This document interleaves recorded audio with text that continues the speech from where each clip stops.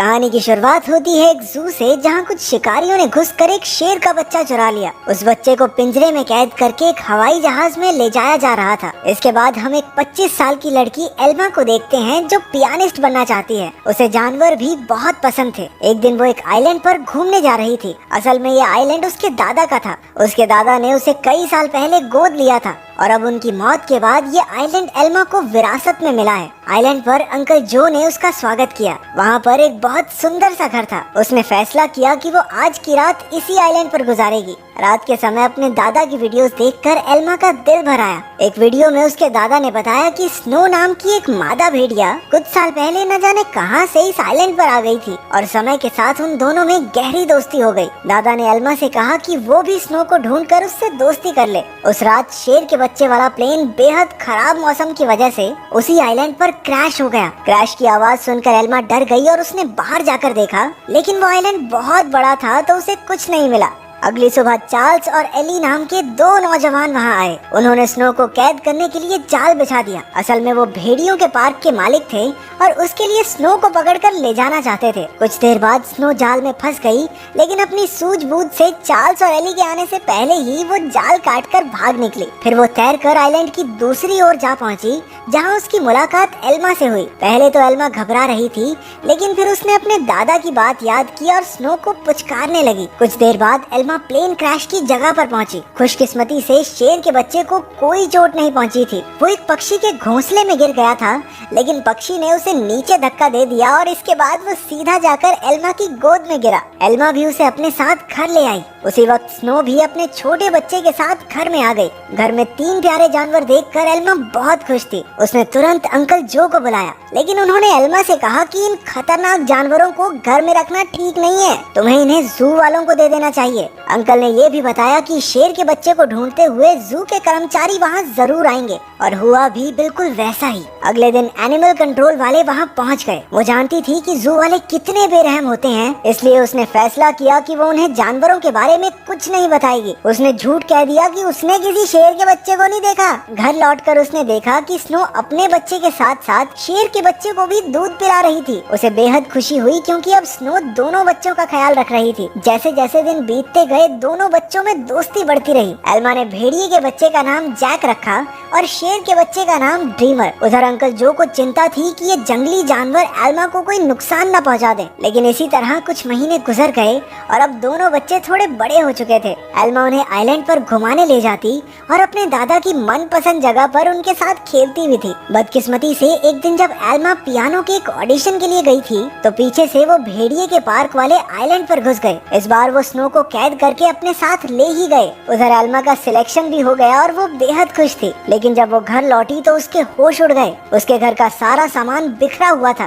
क्योंकि दोनों बच्चे भूख की वजह से परेशान हो गए थे। एल्मा ने स्नो को ढूंढने के लिए पूरा आइलैंड छान मारा, लेकिन स्नो तो वहाँ थी ही नहीं। अब उसे ही बच्चों का पेट भरना था, इसलिए उसे ना चाहते हुए भी अपनी पियानिस्ट की नौकरी छोड़नी पड़ी। एक दिन अंकल जो फिर से वहाँ आए और खूंखार जानवरों को अब तक वहाँ देखकर गुस्से से भर गए। उसने एल्मा से उसी वक्त जानवरों को जू में भेजने को कहा, लेकिन एल्मा ने उन्हें समझाया कि उसके दादा की यही इच्छा थी कि वो जानवरों के साथ रहे और फिर जू में न जाने इन मासूमों पर कितने अत्याचार होंगे। आखिरकार अंकल जो भी मान गए और एल्मा को गले से लगा लिया। अब उनका सारा समय जानवरों को खाना खिलाने और उनका पूरा ध्यान रखने में जाता था। एल्मा को जैक और ड्रीमर से बहुत प्यार था और बदले में जानवर भी उस पर जान छिड़कते थे। देखते ही देखते 1 साल गुजर गया और अब दोनों जानवर बड़े हो गए थे। अंकल जो शहर से उनके लिए मांस लाया करते थे, लेकिन उनके पास जाने में उन्हें डर लगता था। उन्होंने फिर से एल्मा को समझाया कि उनके साथ रहना खतरे से खाली नहीं है, लेकिन एल्मा किसी कीमत पर उन्हें छोड़ने को तैयार ही नहीं थी। एक दिन एक माँ बेटी कश्ती में आइलैंड के नजदीक आए। उन्हें देखकर जैक उनके पास जाने लगा। जैसे ही एल्मा ने ये सब देखा, वो जैक को रोकने के लिए भागी, लेकिन वो एक पत्थर से टकराकर नीचे गिर गई और उसके सर में चोट लगने की वजह से वो उसी वक्त बेहोश भी हो गई। वो माँ बेटी ये सब नहीं देख पाई और वापस कश्ती में चली गई। कुछ ही देर में जैक और ड्रीमर एल्मा के पास आए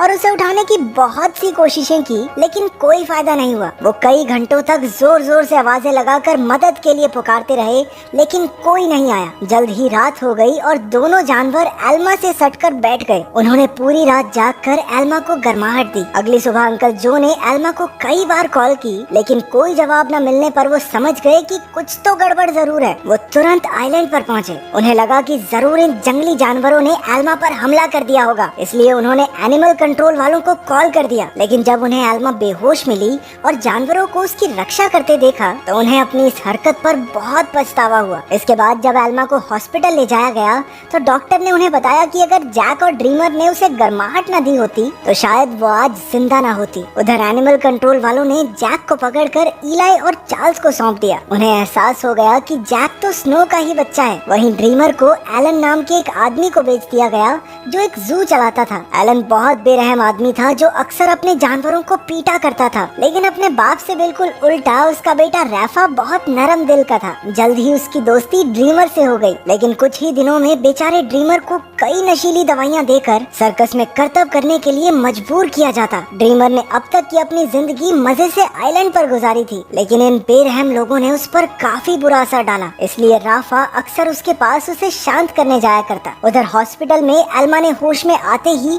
जैक और ड्रीमर के बारे में पूछा। अंकल जो ने भारी दिल के साथ उसे सब सच बता दिया। जैसे ही एल्मा हॉस्पिटल से बाहर आई वो सीधा एनिमल कंट्रोल के दफ्तर में पहुंची। उसे पता चला कि जैक को तो भेड़ियों के पार्क में भेज दिया है और ड्रीमर को उन्होंने एक सर्कस ग्रुप को दे दिया था। ये सुनते ही वो गुस्से से भर गई और ऑफिसर पर चिल्लाने लगी, लेकिन अंकल जो ने उसे शांत किया। कुछ समय बाद एल्मा ने एली को फोन करके जैक के बारे में पूछा। एली ने बताया कि जैक बहुत खुश है और यहाँ उसके कुछ दोस्त भी बन गए हैं। इससे एल्मा को थोड़ी तसल्ली मिली, लेकिन अब भी वो ड्रीमर के लिए बहुत परेशान थी। अगले कुछ हफ्तों तक वो शहर की हर एक सर्कस में गई और सबसे ड्रीमर के बारे में पूछताछ की, लेकिन कुछ हाथ नहीं लगा। उधर ड्रीमर की वजह से एलन की मोटी कमाई होने लगी थी। ड्रीमर जल्द ही स्टार लॉयन के नाम से मशहूर हो गया। एक दिन ड्रीमर का सर्कस ग्रुप भेड़ियों के पार्क के पास से गुजर रहा था और जैक ने तुरंत अपने बचपन के दोस्त को पहचान लिया। जैक अपनी सूझबूझ से पिंजरे से बाहर निकल गया। एली ने जब ये देखा तो वो समझ गया कि जैक बेहद समझदार है और वो जरूर कुछ न कुछ ढूंढ रहा है। जल्द ही जैक उस तक पहुंच गया जिसे वो ढूंढ रहा था। उसने बड़ी चालाकी से ड्रीमर को भी पिंजरे से छुड़ा लिया। इतने महीनों के बाद एक दूसरे से मिलने पर दोनों जमकर खेले। जब एलन को ड्रीमर के भागने का पता चला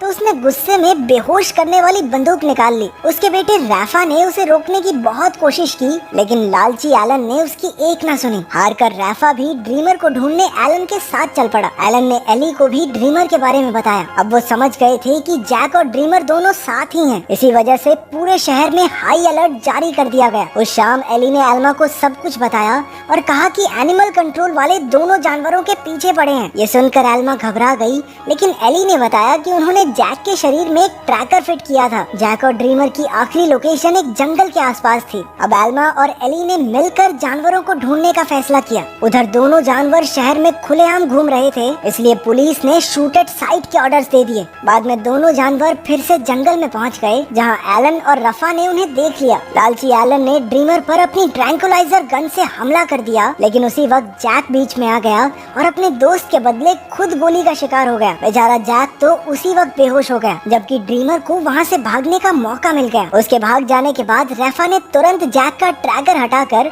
उसे एक दवाई दे दी, जिससे बेहोशी की गोली का असर खत्म हो जाए। कुछ देर बाद बाप बेटा एक बार में पहुंचे और एली और एल्मा भी एक ट्रैकर के जरिए उन तक पहुंच गए। एलन ने उनसे कहा कि उसके पास कोई ट्रैकर वगैरह नहीं है और उन्हें बाहर भेज दिया, लेकिन समझदार रैफा ने बाथरूम का बहाना बनाकर एली और एल्मा को सब सच बता दिया। वो उन्हें जंगल में ले गया, जहां आखिरकार उन्हें ड्रीमर मिल गया। इसके बाद ड्रीमर उन्हें एक झोपड़ी में ले गया, जहां जैक आराम कर रहा था। खुशकिस्मती से उसे सही टाइम पर होश आ गया था, लेकिन तभी उन्हें पुलिस के आने का शक हुआ तो एल्मा ने दोनों जानवरों को खुफिया रास्ते से भगा दिया। अब आइलैंड तक पहुंचने के लिए उन्हें सिर्फ एक नदी पार करनी थी। पुलिस से बचने का एक यही रास्ता था, लेकिन वहाँ कोई कश्ती नहीं थी, इसलिए सबको तैर कर ही जाना होगा। जैक तो उसी वक्त फुर्ती से नदी में तैरने लगा, लेकिन ड्रीमर पानी से डरता था। एल्मा ने उसे हिम्मत देने की बहुत कोशिश की, लेकिन ड्रीमर वापस जंगल की ओर मुड़ गया। जैसे ही जैक और एल्मा तैर रहे थे, उन्हें बंदूक चलने की आवाज सुनाई दी। इसका मतलब ये था कि ड्रीमर अब इस दुनिया में नहीं रहा। आइलैंड पर पहुंचकर एल्मा फूट फूट कर रोने लगी, लेकिन ड्रीमर अचानक उसके सामने आ गया। असल में वो जंगल में पुलिस वालों को भटकाने के लिए गया था। उसे जिंदा देखकर सभी खुशी से झूम उठे। आखिर एल्मा ने जैक और ड्रीमर के लौटने की खुशी में पार्टी में पियानो बजाया। अब उनका परिवार पूरा हो गया था।